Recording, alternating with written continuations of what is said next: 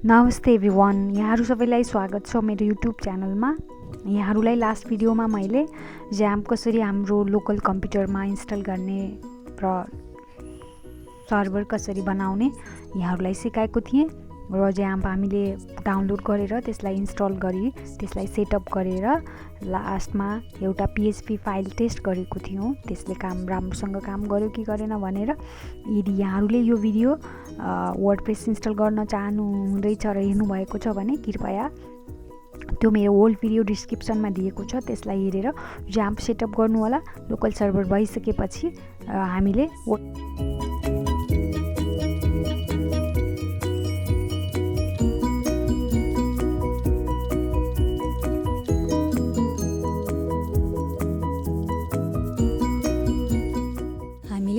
Xampp already install गरिएको छ पहिले नै।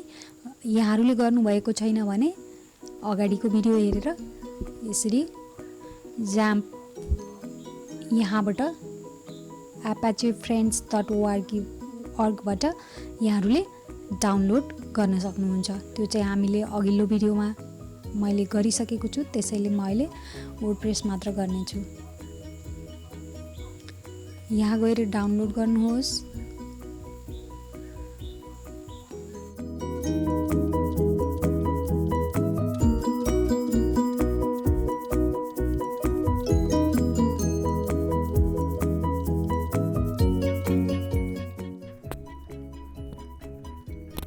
र यो डाउनलोड भइसकेको छ। म यसलाई डाउनलोड फोल्डरबाट डेस्कटपमा कपी गर्नेछु।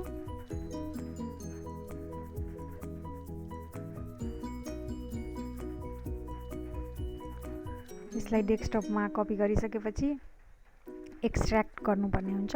एक्सट्र्याक्ट गरौँ।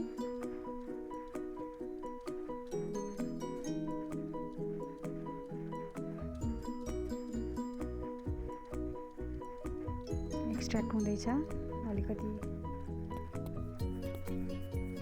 टाइम लिन्छ।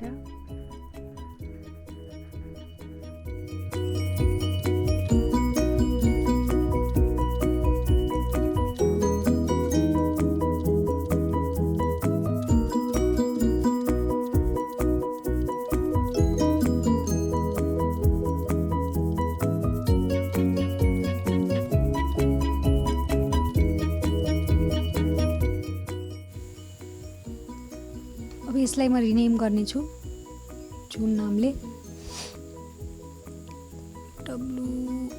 wp demo. ओके, यो फोल्डरलाई हामीले सर्भरमा राख्नुपर्छ, मतलब Xampp भित्र राख्नुपर्छ।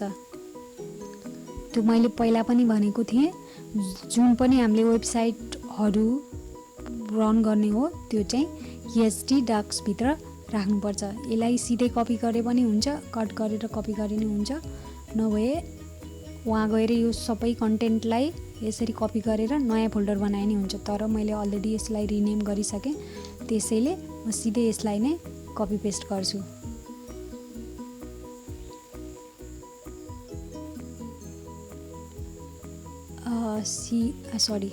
सी भित्र Xampp भित्र htdocs यो ठाउँमा हामीले यसलाई राख्नुपर्छ। याद राख्नु होला, सी को Xampp भित्र htdocs भित्र छ। htdocs भित्र अब यो फाइल भयो। अब हामीले अर्को कुरा एउटा के गर्नुपर्छ भने वर्डप्रेस रन गर्नुको लागि डेटाबेस क्रिएट गर्नुपर्छ, जुन चाहिँ वर्डप्रेसको लागि कनेक्ट गर्नुको लागि। त्यसको लागि हामीले पहिला एउटा डेटाबेस क्रिएट गरौँ। त्यसको लागि हामीले सर्भर प्लस डेटाबेस रन गर्नुपर्ने हुन्छ, त्यसैले Xampp को अब जरुरी यहाँ छ। अब यसलाई स्टार्ट गरौँ। यो दुवै ग्रीन हुनुपर्छ, तब बल्ल रन हुन्छ। ओके, दुवै ग्रीन भएको छ।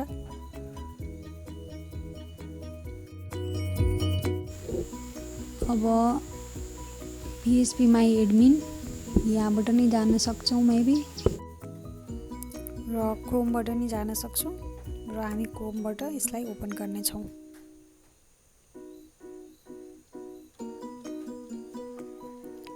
localhost/phpMyAdmin टाइप गरेपछि यो डेटा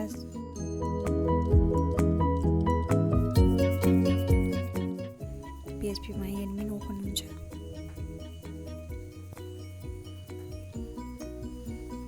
र यो ओपन भइसकेको छ र हामीले यहाँ गएर नयाँ डेटाबेस क्रिएट गर्ने छौं। त्यही नाम WP डेमो नै दिने छौं। र यो ल्याटिन ल्याङ्ग्वेज आयो। हामी चाहिँ जेनरल ल्याङ्ग्वेज चुज गर्ने छौं। UTF-8 जेनरल CI कहाँ छ यहाँ भेटियो। यसलाई चुज गरेपछि क्रिएटमा क्लिक गरौँ र अब डेटाबेस पनि भइसक्यो। अब यसलाई हामी रन गर्ने छौं। localhost/wp डेमो /wp डेमो गरेपछि अब वर्डप्रेसको सेटिङ आउनु पर्छ र अब यो भइसकेको छ ओपन। अघिको यसमा डेटाबेस फिल गर्नुपर्छ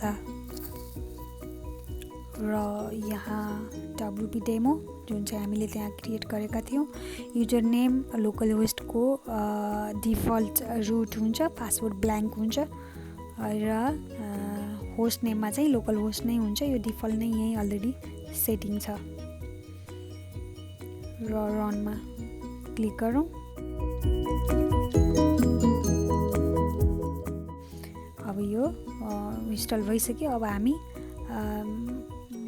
वेबसाइटको टाइटल दिनेछौँ र युजर नेम क्रिएट गरौँ। यो चाहिँ वर्डप्रेस लगइन गर्नको लागि क्रिएट गर्नुपर्छ र एडमिन मैले दिएँ। यहाँहरूलाई चाहिँ के भन्छु भने रियल वेबसाइट बनाउँदा सर्भरमा काम गर्दा एडमिन चाहिँ नदिनु होला, किनकि एडमिन सबैले राखेको हुन्छ भनेर नर्मल्ली धेरैलाई थाहा हुन्छ र ह्याक हुने सम्भावना धेरै हुन्छ। त्यसैले एडमिन युजर आइडी चाहिँ नबनाउनु होला सकेसम्म। र अब यो इन्स्टल वर्डप्रेसमा क्लिक गरौँ र एकछिनमा सबै कुरा सेटअप हुनेछ र इन्स्टल हुनेछ। इन्स्टल भइसक्यो, सक्सेस भइसक्यो र अब अघि बनाएको हामीले जुन आइडी पासवर्ड थियो त्यो लगइन गरौँ।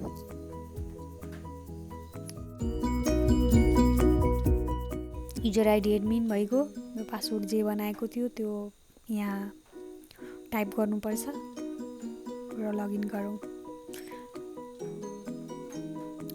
यो लगइन भएर वर्डप्रेसको यो सुरुको स्टेज भनौँ ड्यासबोर्ड यस्तो हुन्छ र यसरी हामीले आफ्नो कम्प्युटरमा लोकल सर्भरमा वर्डप्रेस यसरी इन्स्टल गऱ्यौँ र यो पुरै हामीले अब लोकलमा जस्तो सुकै पनि ब्लग वेबसाइट तयारी गरेर हामीले यसलाई पछि सर्भरमा माइग्रेट गर्न सक्छौँ।